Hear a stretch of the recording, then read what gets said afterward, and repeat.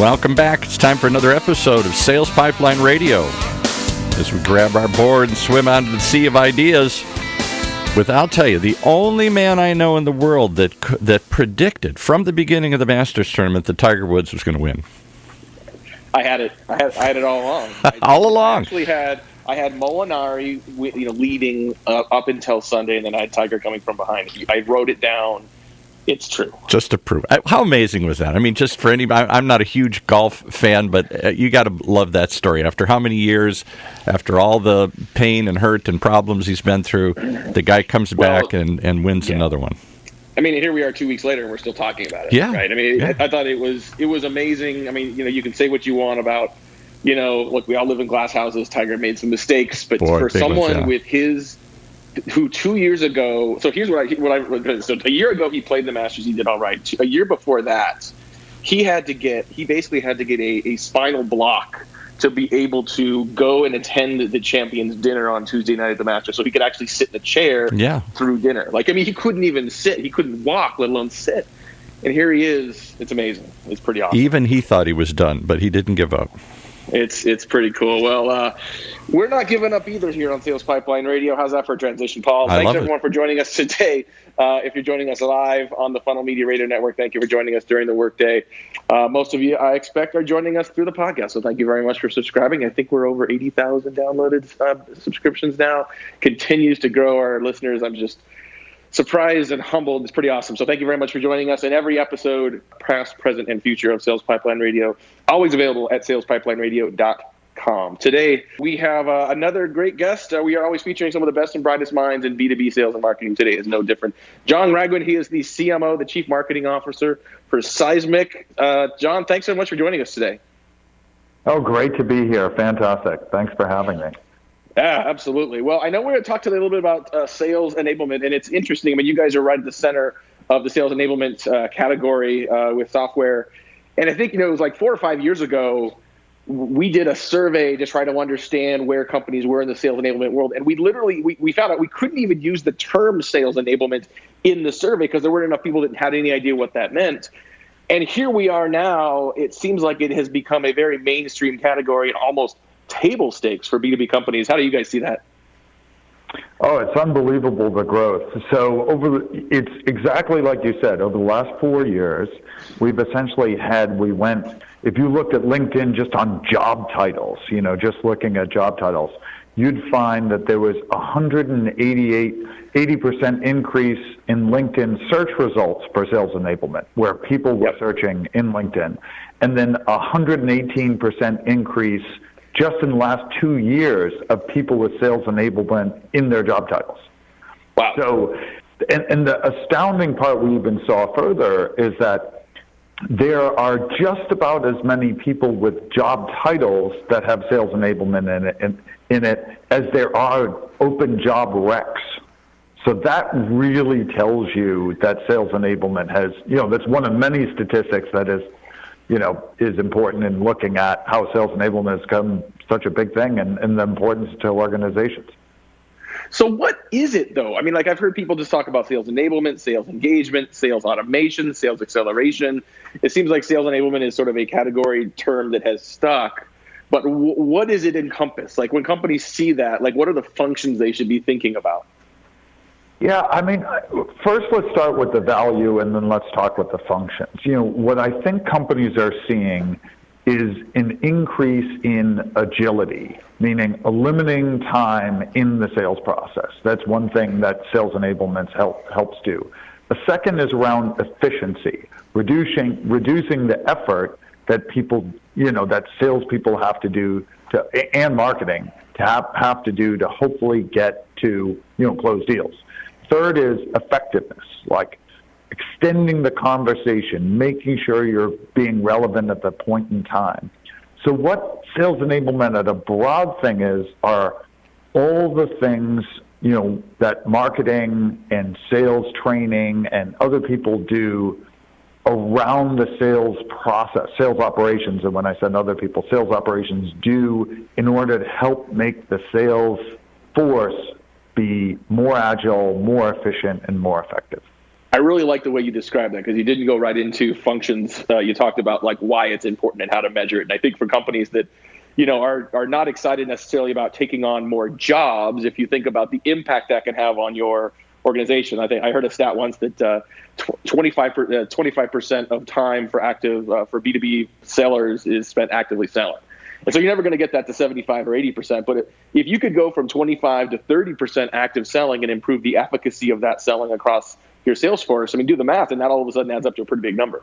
Absolutely. And you look at how inefficient they are. So let me give you a few examples of, first, where sales enablement, some of the stats we're seeing that companies who effectively do sales enablement get, and then where are some of the challenges? Why is it that the organizations, where are they getting these benefits? So first off, CSO Insights quoted that organizations that effectively have implemented sales enablement across the organization and done things around the sales enablement have gotten 10.1% higher win rates. A second one is organizations with, that have implemented a sales enablement platform have seen a 13.7% annual increase in deal size. And you'd say, where do they get that from? How do they get benefits?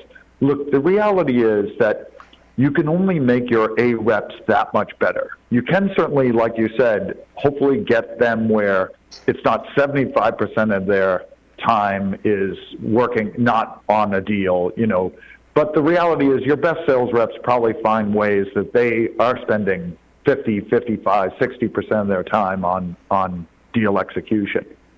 But your B reps, your B minus reps, they're the ones who are spending 75%, 80% of their time because they don't know what to use. They don't know what message works. They probably, in part of the sales process, and this is common, 65% of sales and marketing material produced for use by sales is never actually utilized. And obviously that's a fault of the people creating the content, but it's also a fault of that content isn't finding the sellers at the right time in the sales cycle. Because you may have great material or great training or great other pieces around sales enablement, but if it's not used at the right time, then it's wasted. So, and keep in mind, just using marketing material, for example, $1 billion company in annual sales revenue can waste about $1 million a year in unused marketing material. $1 million a year, So these are big numbers that can be used for other things. And it's like you said, it's a little bit about making them more effective, not just efficient. Well, and I think you bring up some really compelling stats that I think hopefully make a lot of people sit up and say, maybe this is something I should focus on. I think this can also be kind of a hidden problem, right? If your presentations don't look good, you can see that.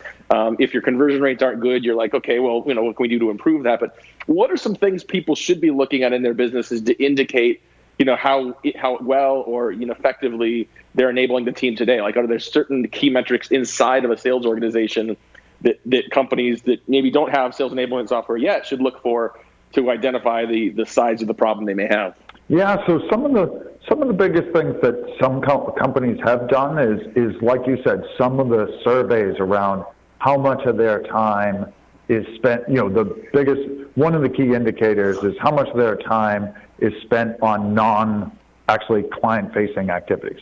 That's probably the first one that can indicate some aid by sales enablement. Another is how much of their time is spent searching or building marketing material. Like some of the best ones, even some decent ones are spending 15%, 20% of their time searching for the right marketing material. Like that's an indication that sales enablement can be improved and across the board. Other pieces could be, that you have large amounts of marketing material that isn't being used. And some of that's done by, surveys. Of course, there are systems that tell you that, but putting aside that you don't have a system, you can do surveys to find out, hey, what's being used and in turn, what's not being used. So those are a few of the indications that you can determine that there might be some benefit of sort of sales enablement. Obviously, some, classic, obviously, ones are, you only have, so you have a small percentage of your reps hitting quota. Because if you have a small percentage of your reps hitting quota, that's clearly an indication that it's not necessarily your product that's wrong. It's how you're enabling the rest of the sales team. Talking today on Sales Pipeline Radio with John Ragland. He's the CMO, the Chief Marketing Officer for Seismic. They're one of the leaders in the sales enablement category. And before we have to take a quick commercial break here, John, talk a little bit about category creation. I mean, you guys have been around since the beginning. You're clearly, one of the leaders of the category today. I know you've done that a little through acquisition, but as the head of marketing, what does it take to not only create a category, but become a category leader in what can be a crowded field? Yeah, so that's a good question, because obviously, for those of us like you and I who've been in sales a long time, you remember there was a day that CRM was not a term. Everybody right. in marketing and sales knows what it is now, but it was a new term that had to be created. Same thing with marketing automation. That was a new term that had to be created. And sales enablement is at a similar point, of early on.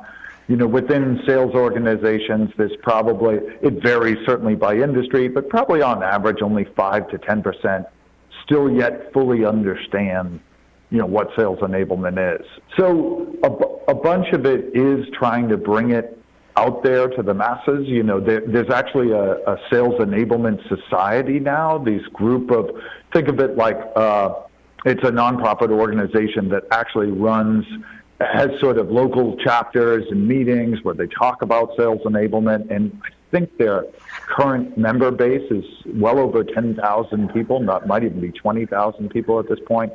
Some of the things we're doing are webinars that are industry focused to explain to different industries how, sales enablement can be effective for their specific industry.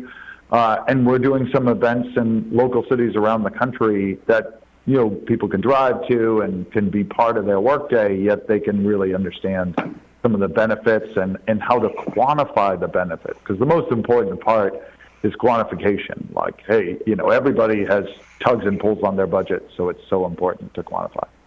I agree. Well, we're going to take a quick commercial break. Before we do that, I'm glad you brought up the Sales Enablement Society. Would definitely encourage listeners to check that out. Even if you're not really doing sales enablement formally today, I think it's a great place to learn about it, find out from folks that were in your shoes before and are doing it today, learn about what works, what doesn't work, and mistakes to avoid and whatnot. So definitely check out local chapters there. We got to take a quick break, pay some bills. We'll be right back. Sales Pipeline Radio.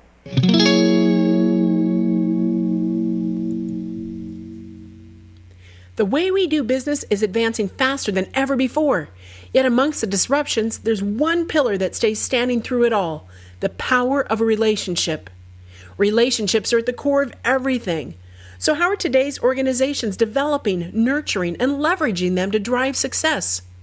Join Matt Hines and Sigster's VP of Marketing, Justin Keller, for the on-demand webinar, The State of Relationship Marketing, and learn how your team can bridge the gaps between relationships and revenue.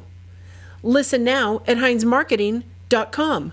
That's HEINZ marketing.com. Okay, we're back with Matt and his guest and talking about the secret society, the Sales Enablement Association. Is that a secret group? Do they have a secret website, or do we know how to get in touch with them? Definitely have a website. If you just type Sales Enablement Society into your browser, it'll come right up. It's the top one. Okay. And it's free to join. No membership. It's kind of a locally run. They have different regional chapters, and it's fantastic. No secret handshake or required or anything here, knock on a door or anything. Just they might have one, but maybe they haven't given it to me yet. Okay. Well, Matt probably knows. He knows all this. Secret handshake could be a fun way to sort of create some buzz. I don't know. That could be good. Well, thanks very much for coming back on Sales Pipeline Radio. We got more with John Ragland. He's the Chief Marketing Officer for Seismic, and we're talking about category creation before the break. And, let's expand beyond sales enablement. And if we look at sort of that sales and marketing technology landscape, there's several thousand companies competing for finite budgets from sales and marketing operations folks.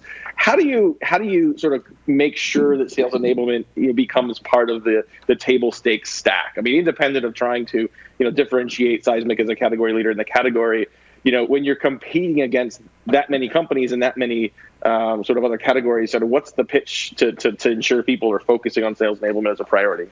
Yeah, I think the way to look at it is, you need three main systems within your sales organization. You have a CRM system, which is really, you could think of the system of record. That's the one that's going to house all your information about your contacts and your opportunities and what stages they are, et cetera, and your sales stages. The second is your marketing automation system, which obviously has to analyze and target and determine which opportunities are looking promising. And then you need a sales enablement system that really takes you from when the lead gets turned to sales, how are you targeting and making sure that you are recommending the right tactics around content and meetings and whatever at the right time in the sales cycle. And then how do you say at the top, why is that important? It's the value, and I think we do some of that with, some of our customers. So great example is Illumina, which is a big medical services company, devices and services.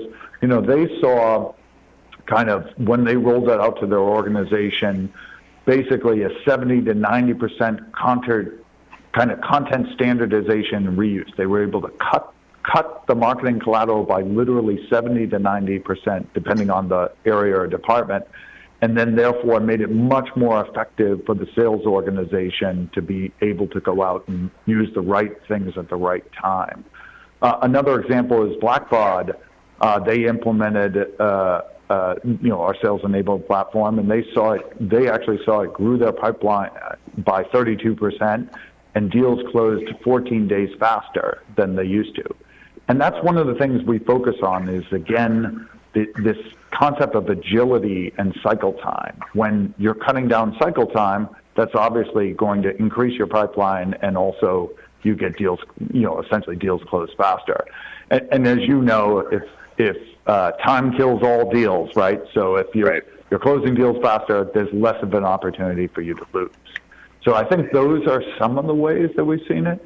But people are using it in different ways. There's a Fortune 500 sort of food service distribution company that uses our software. So they have 25,000 restaurants around the country, about 6,000 sales reps.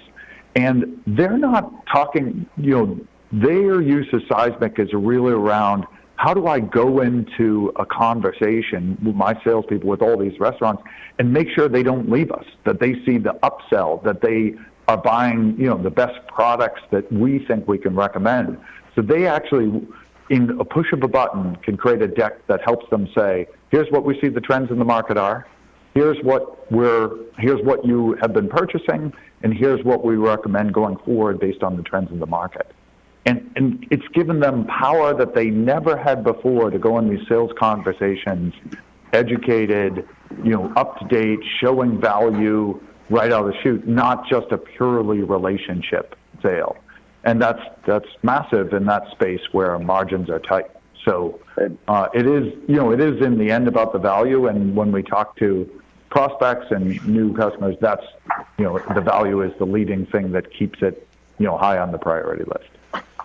So when we think about sales enablement as a category, really as a function for, sort of more advanced B2B companies, where does that role sit? I mean, I've seen some companies have it in sales as a sort of expansion of sales operations.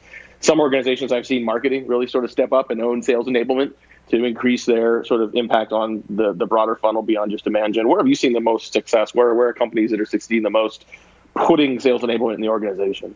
Yeah, so that's a great question. So far, sales enablement typically, in most companies has actually been in sales. So It either reports parallel to sales operations. We've seen some cases where it's in sales operations, but generally in parallel, almost like, some of the product overlay teams might be next to sales. So that's typically where it sits. It's interesting, though, it shows you how it's evolving. Often the sales enablement organization doesn't typically have a large budget yet. That's where it's still working forward. So often the budget, though, comes from marketing. So it is often a strange dilemma, like, the people who really use the system and would use it daily to help in their sales processes are salespeople, and enabled by an organization which sits within sales, yet often the systems sit within marketing because they pay for all systems. So it's often a funny balance. That's interesting. Well, just a few more minutes here to wrap up on this episode of Sales Pipeline Radio. I want to ask, obviously Seismic is eating its own dog food, or some people say drinking your own champagne when it comes to sales enablement. What are some of the things that you've learned by, not just talking the talk, but walking the walk as well? What are some things that maybe has evolved in your approach to your strategy to sales enablement internally that might be useful to others? Absolutely. So we do obviously eat our own dog food, use our own software heavily internally. I think the most important thing that we've learned is to push the analytics down to managers in the field. So if a sales manager, with 6 sales reps in a region, if they're looking at the analytics themselves and going directly to their own team and saying, hey, why aren't we using this? Or we got trained on this, and why isn't this being used? Or that's where the power comes in, because it's, those individual sales managers and even salespeople, that's where they really can learn a lot about the analytics and understand why certain pieces are being, things are being recommended to them, or et cetera, as part of the sales process. So that's probably the piece that I would say we found most enlightening, is really pushing it down to managers and the individual reps to look at it and use it. And the crazy part is, once they do, they say, oh, this is fantastic. I can really use this all the time, even with our own software. So. And where do these programs fail? Like, if people are sort of embarking on doing sales enablement, even maybe purchasing a sales enablement platform, where do they struggle? And where, so in specifically around, how do we help people who are embarking on their own sales enablement journey sort of avoid those mistakes as well? Yeah, so I think that the places where they typically fail are, first, when they consider sales enablement just training. Because we've all been in sales. I'd love to know your quote on the number of sales trainings you've been to, and probably at different companies, different methodologies that they pitch, or the newest, latest, and greatest. And that's the panacea that doesn't work. Because the reality is, if you have nothing to reinforce it all the way along, it's not going to be effective, right? So I think that's one of the big pieces, not to consider it just training. And then the second piece I'd say is also, it's not just about, hey, I'm going to give something where my salespeople can search for marketing collateral. Look, you want to do that, you can just use SharePoint or something else, right? You don't. That's not what sales enablement is, just giving your salespeople a better way to search for things. It's about recommending to them the right things to use at the right times in the sales cycle, and what pieces work best. And hey, if one customer already bought this product, they're right for buying this other product. It's that recommendation process that's so important that we found. Love it. Well, just a couple more minutes here before we wrap up. And John, I just want to ask you, we ask this of a lot of our guests, think back of the people that have been most influential to you, some of the people that you have learned from. They can be former managers, professors, authors, speakers, alive or dead. Who are some people that have had an impact on your career and learning that you might recommend others check out as well? Oh, that's a great point. One person I'd say is Marcus Rue. He's the CEO of a company named Guidewire. I worked there with Marcus for a long time. He's a tremendous CEO, tremendous speaker, great visionary. Definitely someone, if you ever read some of their things, it'll feel a little dry to a lot of people because it's insurance software and it's not as flashy.